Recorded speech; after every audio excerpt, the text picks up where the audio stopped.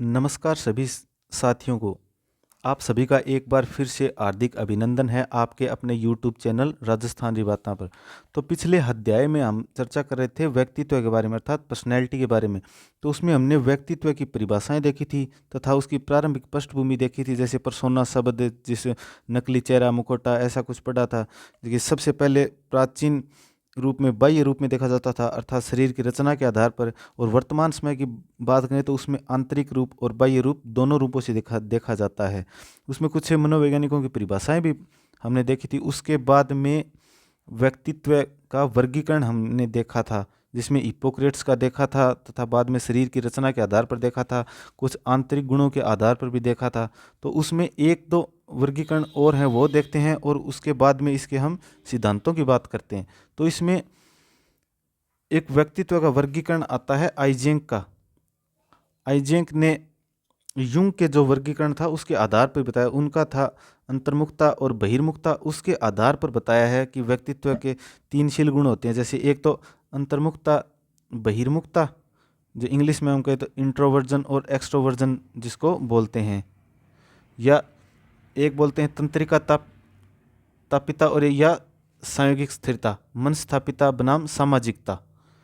तो इसमें इन्होंने क्या कहा है कि कई बार क्या हम देखने को मिलता है कि लोगों में किस प्रकार से सामाजिक गुण पाए जाते हैं और किस प्रकार से लोगों में सामाजिक गुण नहीं पाए जाते हैं। जैसे हम बात करें तो इसके एक छोर पर तो वे व्यक्ति होते हैं जिनमें सक्रिय होती है, एक्टिवनेस होती है, या आवेग होते हैं, या संवेग रोमांचित रूप से होते हैं, अर्थात रोमांचित या संवेगों की उच्चशीलता कहें, या सक्रिय व्यक्ति कह सकते हैं अंतर्मुखता में। इसके फिर विपरीत दूसरे जो भाग होते हैं उस पर वे लोग होते हैं जो कि निष्क्रिय होते हैं, बिल्कुल शांत होते हैं, निष्क्रिय होते हैं या शांत होते हैं। अर्थात ये एक व्यक्ति में भी दोनों देखने को मिल सकती है। ये अंतर्मुखता बहिर्मुखता को पूरा इन्होंने बताया। अंतर्मुखता बहिर्मुखता को अलग अलग हमने स्पष्ट रूप से परिभाषित किया था। अब इसमें दूसरा आता है तंत्रिका तापिता, जिसको बोलते हैं न्यूरोटिज्म, और सांवेगिक स्थिरता है जिसको बोलते हैं इमोशनल स्टेबिलिटी। अर्थात इसमें एक छोर पर वे व्यक्ति आते हैं जो कि न्यूरो सिस्टम में बहुत पिछड़े हुए होते हैं, अर्थात ऐसे जो व्यक्ति हैं उनमें दुश्चिंता देखने को मिलती है, चिड़चिड़ापन देखने को मिलता है, चिड़चिड़ापन, दुश्चिंता, या बहुत ज़्यादा संवेदनशील होते हैं, या बेचैन होते हैं, या जिनमें संवेगों पर स्थिरता नहीं होती है। इसके जो दूसरे सिरे पर बात करें तो उसमें आते हैं सांवेगिक स्थिरता वाले लोग, जो शांत होते हैं, अर्थात जो संवेगों पर नियंत्रण रखना सीख जाते हैं, वे अपने आप शांत हो जाते हैं, शांत संयम स्वभाव के ये आते हैं इसमें। और इसमें तीसरा प्रकार आता है मनस्तापिता वर्सेज सामाजिकता। इसका सीधा सीधा अर्थ है कि इसमें बात करें तो एक छोर पर तो वे लोग होते हैं जो कि आक्रामकता होते हैं, आक्रामकता, या सीधे सीधे शब्दों में कहें तो समाज के विरोधी या सामाजिक विरोधी। और इसके दूसरे छोर पर बात करें तो वो होते हैं जो व्यक्ति सामाजिकता को मानने वाले, अर्थात नैतिक गुणों को मानने वाले, आदर्शवादी और स्नेहशील रखने वाले। तो ये हमने एक व्यक्तित्व के प्रकार की और व्याख्या की है। इसके बाद में एक आता है गार्डन और आलपोर्ट का विशेषक उपागम। इसमें गार्डन आलपोर्ट ने व्यक्ति के विशेषक उपागम की चर्चा की है, जिसमें तीन प्रधान उपागम बताए हैं, अर्थात तीन विशेषक बताए, माफ करना। एक तो प्रधान विशेषक होता है, एक केंद्रीय विशेषक होता है, और एक गौण विशेषक होता है। इनको आप इंग्लिश में जरूर ध्यान में रखना, इंग्लिश में ध्यान रखोगे ना तो थोड़ा आसानी से भी याद हो जाएगा। जैसे प्रधान है उसको बोलते हैं कार्डिनल, केंद्रीय आपको पता है सेंट्रल बोलते हैं, और गौण अर्थात छुपा हुआ जिसको बोलते हैं सेकेंडरी, अर्थात द्वितीय गुण। तो सबसे पहले हम चर्चा करते हैं कि जो प्रधान विशेषक होता है उसका क्या अर्थ होता है। उसका अर्थ ये होता है कि जैसे किसी व्यक्ति विशेष का एक प्रमुख गुण होता है जो कि उस व्यक्ति के साथ टैग के रूप में जुड़ जाता है, अर्थात उसके साथ पेटेंट के रूप में जुड़ जाता है। जैसे हम कई बार क्रिकेट में देखते हैं कि मिस्टर 360, तो ऐसे नाम लेते हैं तो हमारे दिमाग में सबसे पहले एबी डिविलियर्स का नाम ध्यान में आता है। जैसे हम क्रिकेट में किंग बोलते हैं तो किंग के नाम पे ध्यान में आ जाता है कि कोहली के बारे में बात कर रहे हैं। अगर हम बड़े लोगों की बात करें, जैसे क्रांतिकारियों की बात करें, तो जैसे हम महात्मा गांधी की बात करते हैं, महात्मा गांधी, तो हम सबसे पहले नाम लेते हैं कि अहिंसावादी, तो अहिंसा का नाम लेते ही सबसे पहले हमारे दिमाग में आते हैं महात्मा गांधी। तो जो अहिंसा है वह महात्मा गांधी का प्रधान विशेषक बोला जाता है। अगर इसी के बाद हम बात करें तो एक दूसरा होता है केंद्रीय विशेषक, अर्थात इनसे थोड़े कम महत्वपूर्ण गुण। अब ये जो प्रधान विशेषक हैं इनको पता है कि एक दो गुण होते हैं तो इनकी संख्या भी कम होगी। इसके बाद में आते हैं केंद्रीय विशेषक। केंद्रीय विशेषक में बात करें तो ये लगभग एक से अधिक व्यक्तियों में भी मिल सकती है। जैसे कोई व्यक्ति के बारे में हम कहते हैं कि वह तो बहुत मेहनती है या वह बहुत बेईमान है, ये जो इस प्रकार की इसकी विशेषताएं ये इसके केंद्रीय विशेषक के रूप में आती हैं। यस, ये वह तो बहुत एक्टिव है या वह बहुत निष्क्रिय है, इस प्रकार के।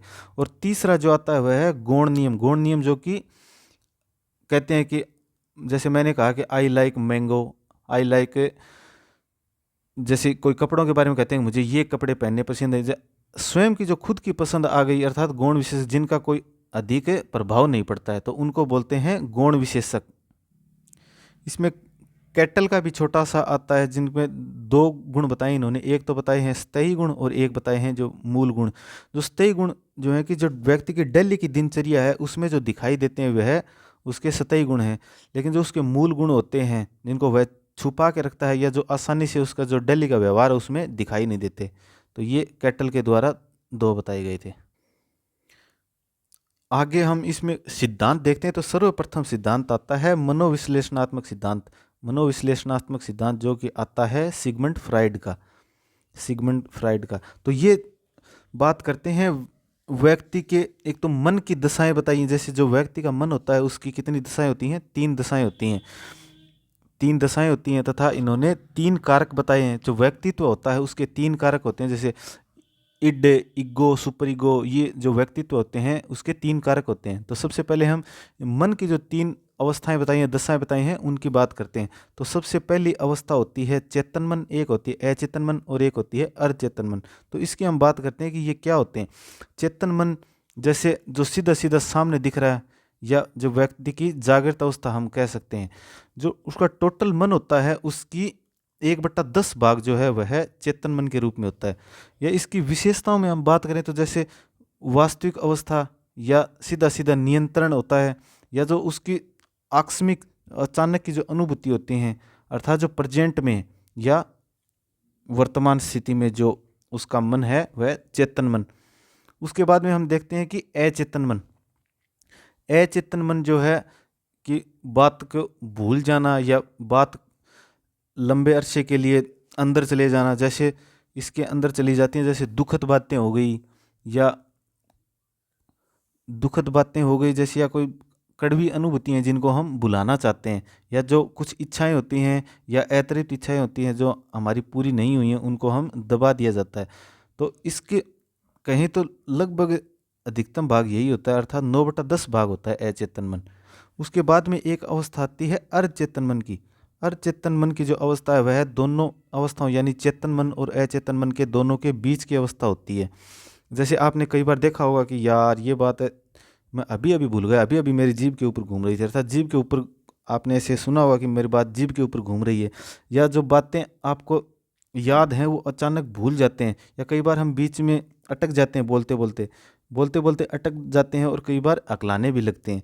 तो इसको हम, जैसे मैं एक छोटी सी बात बताता हूँ, या इसमें एक फ्राइड ने कहा था, फ्राइड ने कहे या इसके जो सिद्धांत है इसकी तुलना की गई है एक बर्फ़ के टुकड़े से। जिस प्रकार से जैसे ये पानी है, इस पानी के अंदर ये बर्फ़ का टुकड़ा डूबा हुआ है, ये बर्फ़ का टुकड़ा डूबा हुआ है। जैसे आप पानी के अंदर बर्फ़ डालते हैं तो उसमें देखते हैं कि उसका बिल्कुल थोड़ा सा भाग है जो ऊपर पानी से ऊपर दिखाई देता है, लेकिन उसका बहुत सारा हिस्सा जो है वह पानी के अंदर डूबा हुआ होता है। अर्थात जो दिखाई देता है उसकी तुलना की गई है चेतन मन के रूप में, अर्थात जो व्यक्ति में ऊपर ऊपर से दिखाई देता है चेतन मन वह 1/9, और जो अधिकांश भाग अंदर डूबा हुआ रहता है या दिखाई नहीं देता है उसको बोलते हैं अचेतन मन। अचेतन मन बीच की अवस्था है, अर्थात बीच की अवस्था में कहूँ तो कई बार हम देखते हैं कि ये जो बर्फ़ का टुकड़ा है इसमें हम ध्यान लगा के पानी के अंदर देखते हैं ना तो थोड़ी दूर तक हमें बर्फ़ दिखती है, उसको हम अचेतन के रूप में समझ सकते हैं। या हम जोर लगा के याद करें तो अचेतन को याद किया जा सकता है। जैसे कई बार नहीं कहते कि यार रुक रुक एक बार मुझे याद करने दे, तो वो अचेतन की स्थिति होती है। अब इन्होंने 3 कारक की भी माफ करना चर्चा की है। जैसे 3 कारक इन्होंने बताए हैं कि एक तो होता है इड, और एक होता है ईगो, और एक होता है सुपर ईगो। इनकी भी हम अलग अलग चर्चा करेंगे, आपको आसानी से समझ में आ जाएगा। जैसे सबसे पहले है इड, तो इनको तुलनात्मक रूप से हम अध्ययन करेंगे तो आपको और सरलता से समझ में आएगा। जैसे जो इड है यह राक्षस प्रवृत्ति का कहा जाता है। राक्षस प्रवृत्ति का कहें या राक्षस प्रवृत्ति का हो गया तो तार्किक तो बिल्कुल नहीं होगा, अतार्किक होगा, और नैतिक नैतिक भी नहीं होगा, असामाजिक होगा, अनैतिक होगा। अर्थात इनको सुख चाहिए केवल, या हम कह सकते हैं कि सुखवादी सिद्धांत पर कार्य करता है। सुखवादी सिद्धांत पर कार्य करता है तो वह छीन के व्यवहार पर भी कार्य करता है, अर्थात किसी से छीन लो अपने सुख के लिए। या हम कहें तो इसमें केवल व्यक्ति अपनी इच्छा पूर्ति करते हैं, इच्छा पूर्ति करते हैं, या सुखवादी राक्षस कहें या आपराधिक प्रवृत्ति वाले व्यक्ति होते हैं, या मूल वासना वाले जो दमित इच्छाएं होती हैं उनको पूरा करने की सोचते हैं। अब ये स्थिति बचपन में अधिक देखने को मिलती है। हम बड़े हो जाते हैं तो उनको फिर धीरे धीरे पूरा करने की सोचते हैं, लेकिन ये बचपन में अधिक देखने को मिलती है। या हम कहें जैसे अचेतन मन के बारे में हमने पढ़ा था, तो इस स्थिति को अचेतन मन के रूप में भी कह सकते हैं कि जो दमित इच्छाएं हैं वह इड कहलाती हैं। अब जो ये नीचे चित्र है इसकी बात मैं तीनों की एक साथ में करूँगा तब आपको समझ में आएगा। अब इसके बाद में आता है ईगो। जैसे कई बार हम बातों बातों में नहीं कहते कि यार ईगो पे क्यों ले रहा है बात को, अर्थात जो व्यक्ति होता है उसको तो कही हुई बातें कड़वी लगती है, तो अहम जो है उसमें बात करते हैं मानवीय प्रवृत्ति की, या जो प्रत्यक्ष सिद्ध देखा देखा निर्णय होता है उसको बोलते हैं। इसमें वो न तो अधिक सुख की तरफ भागता है और न ही अधिक आशावादी होता है। या कहें तो इसमें स्थिति आती है कि आज थोड़ा बहुत तो चेतन अवस्था होती है और थोड़ा बहुत है अचेतन की, अर्थात हम कह सकते हैं कि अचेतन की अवस्था मान सकते हैं। इसमें यह कार्य करता है वास्तविकता के सिद्धांत पर, अर्थात जो सामने है वही है बस, यह है वास्तविकता के सिद्धांत पर। ये करता है दोनों के ऊपर कंट्रोल, अर्थात इधर इड के ऊपर भी कंट्रोल करता है और इधर सुपर ईगो के ऊपर भी कंट्रोल करता है। अर्थात स्वस्थ व्यक्ति कहें या संतुलित व्यक्ति में ईगो का सेट रहना बहुत ज़रूरी है, अर्थात ये दोनों के बीच की अवस्था है या दोनों पर नियंत्रण करता है। तो व्यक्ति को संतुलन रखने के लिए ईगो सही रहना जरूरी है। अब जैसे एक बात करते हैं प्राएम, अर्थात इसको बोलते हैं देव रूप प्रवृत्ति। ये तो हो गई राक्षस प्रवृत्ति। एक जो मानव प्रवृत्ति जिसमें औसतन लोग होते हैं, देव रूप प्रवृत्ति, इसमें बहुत कम लोग पहुंच पाते हैं, अर्थात इस अवस्था में 1 या 2% ही लोग पहुंच पाते हैं। जैसे ये हो गई नैतिकवाद के सिद्धांत पर कार्य करती है, आदर्शवाद, हमें ये करना चाहिए, हमें ये नहीं करना चाहिए वह। अब मैंने ये 3 जो डायग्राम बना रहे इनके बारे में बताता हूँ। व्यक्ति के अंतर्गत एक तो शारीरिक हो गई, एक हो गया मानसिक। जब शारीरिक, ये मैं कोई तुलना के रूप में बता रहा हूँ, जैसे शारीरिक अगर अधिक हो जाएगा ना तो वो अर्थात राक्षस प्रवृत्ति में आ जाता है, यानी उसमें इड होगा। और इनके अंदर संतुलन देखने को मिलता है शारीरिक और मानसिक में, तो ये आता है ईगो के अंतर्गत।